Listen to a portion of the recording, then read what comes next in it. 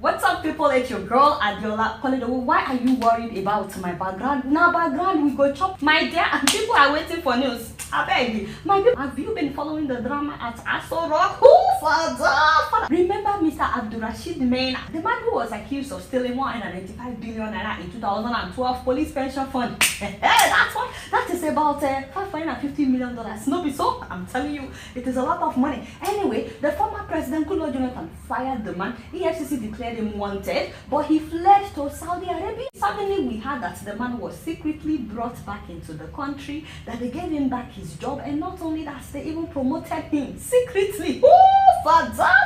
You see what kind of corruption is Buhari fighting? What kind of corruption? And do you know that despite all the allegations against this man, the man is getting SSS escort, police escort, federal escort? I was like, hey, father! You see? After public outrage, that was when Buhari came out and fired the man. We were told that Buhari didn't know about it, that it is the work of the cabal, which makes you wonder who's really in charge in Nigeria. I mean, who is making the decisions? Anyway, but like every Nigerian movie, we must have part 2. No, so part 2 came out when we saw a leaked memo that the head of service, that is Mrs. Winifred Oyoita, wrote to warn Buhari not to reinstate the man. Apparently, she sent it to the chief of staff, that is Abayadi, and she also said that she told Buhari verbally not to do it. Suddenly, our eyes got big. My eyes got big. So Mr. President knew about this, father.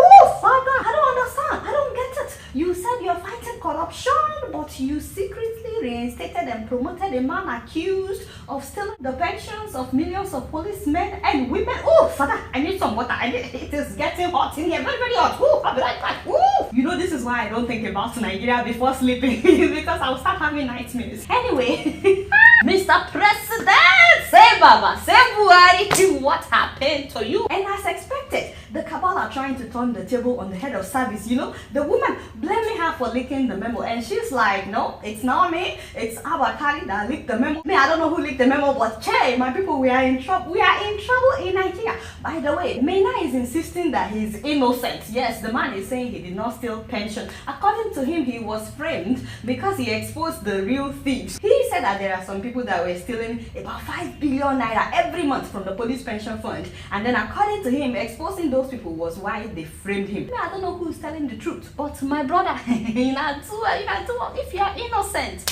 why flee the country? And why did you flee? And not only that, my brother, police are guiding your $2 million house in Abuja. How did you afford $2 million house? You know, the important thing to me in this matter is the fact that Mena's name was not cleared. He's still wanted, yet Buhari sneaked him into the country and promoted him. Nowadays, Mr. President, in case you're watching, hopefully you're watching. Nowadays, when you talk about corruption, I hope you know that Nigerians just laugh. Like what? Like what? You guys don't understand how disappointing this administration has been. Meanwhile, remember Babachar Lawal, the man who awarded himself a grass cutting contract of 250 million naira. I mean, how much is that in dollars, my brother?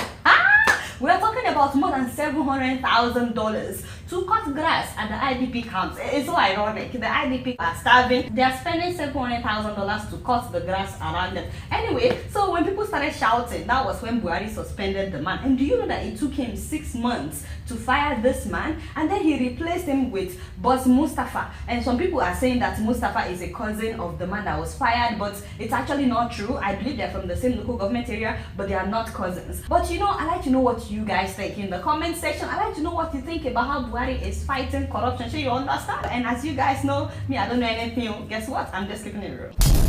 So moving on to Kenya, the election run happened. 39% of registered voters came out. It was 80% the other time, but opposition have called for election boycott. And this time around, Kenyatta won by 98%. 98!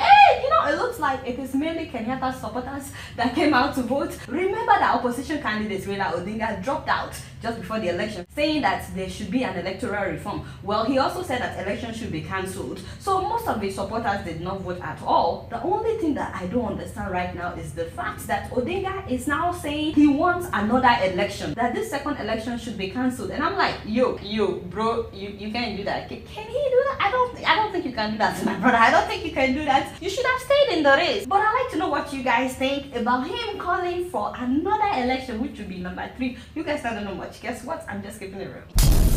So moving on to Namibia, good news. If you're an African and you have a passport from an African country, you no longer need a visa to visit Namibia. How cool is that? How cool is that? Well, actually, you will get one at the airport after you land, so long as you have an African country's passport. However, they're actually working on getting rid of visa altogether for Africans. So very soon you won't even have to get a visa at the port of entry. Yes. So now I know where my next vacation will be. And have you seen pictures of Namibia? Father, it is a very beautiful country. So we'll see you someday in Namibia. You guys know I don't know much. Guess what? I'm just keeping it real.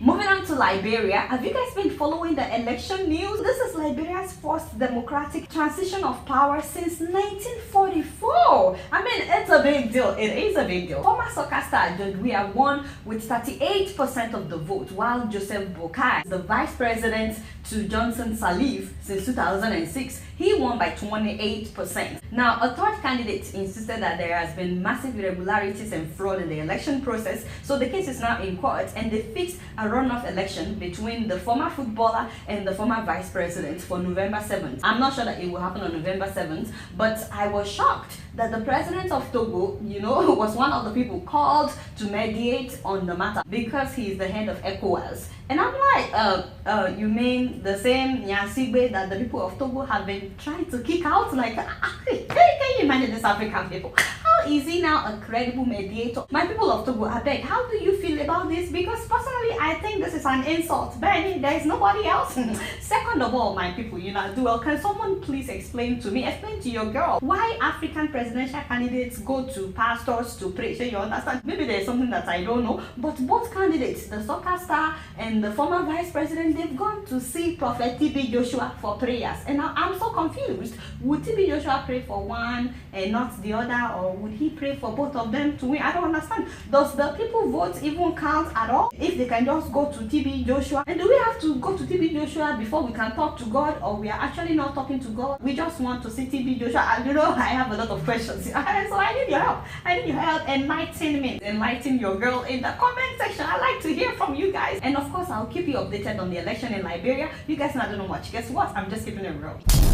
So after my last episode, a lot of Nigerians wrote me asking how to do their BVN so that the government would not confiscate the funds in their bank accounts. Please go to this website. This is the website to make an appointment to do your BVN. Instead of www, make sure you write HTTP in front of the web address. And once you are on that website, select a location closest to you. Unfortunately, right now, all I see is Canada, US, Tanzania, Philippines, and China. Please, Nigerian government, please, we need more locations. In fact, people should be able to do this thing at Nigerian embassies in various parts of the world. So we definitely need more locations. Now, once you select a location and an appointment time, you need to fill the registration form on the website. It's $45. You can pay it online or pay cash at the location. And then when you get there, it takes about 15 minutes. Actually, you need an ID, maybe your driver's license or your international passport, an ID that has your picture on it, and then they will print out your information, the one you filled out, just for you to double check and make sure that everything is accurate. Once it's accurate, you would sign, and then you will give them your passport photograph. So you have to take a passport photograph with you,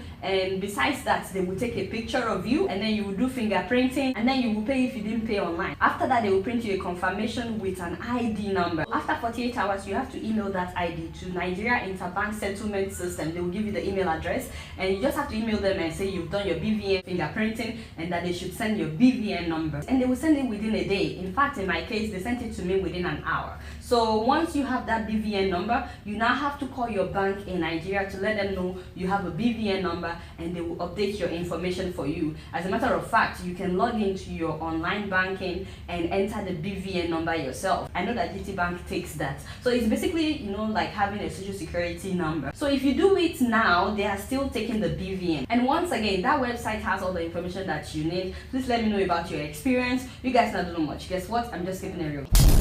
So here is my photo of the day, ladies and gentlemen. So this is my photo of the day. If you know what's happening in this picture, please let me know, because all the stories that I've seen are saying that this is Pastor Busoga of Uganda walking on church members because he's holy and God told him not to walk on the ground so that he will not be contaminated. But you know, from what I know, Busoga is the Bantu kingdom in eastern Uganda. I don't know of any pastor named Pastor Busoga, so I don't believe that story. However, I would like to know what's happening in this picture. So if anyone out there recognizes this man and you know the truth, please put it in the comment section. You guys not doing much. Guess what? I'm just keeping it real.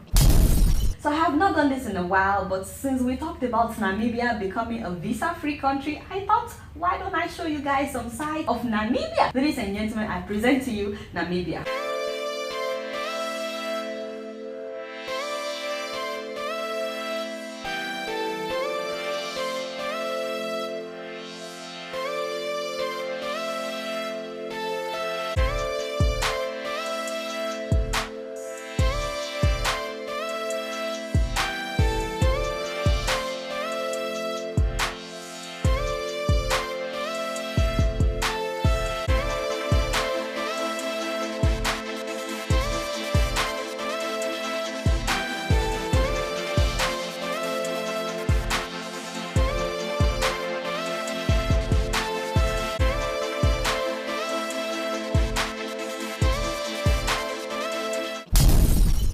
Sign out. First of all, if you or someone that you know needs someone to clean up your carpet or your chairs or your floor, please call P3 Maintenance. They work in New York, New Jersey, Connecticut. They clean chairs and carpets in churches, in mosques, in schools, in apartment buildings. They clean all kinds of floors, you know, wooden floor tiles, and they will even wax your floor. And on top of that, they are so professional. So give them a call if you need their service. And if you're a business owner and you would also like to advertise on this show, please send us an email. Yes, we are open for adverts. And second of all, I want to thank every one of you who have supported me on my Patreon page. Thank you so much. Thank you, daddy and mommy and brothers and sisters. Kolido and I, we are very grateful. You now do well. Thank you so much. And lastly, please do not forget to subscribe to our YouTube channel. You guys not know much. Guess what? I'm just keeping it real.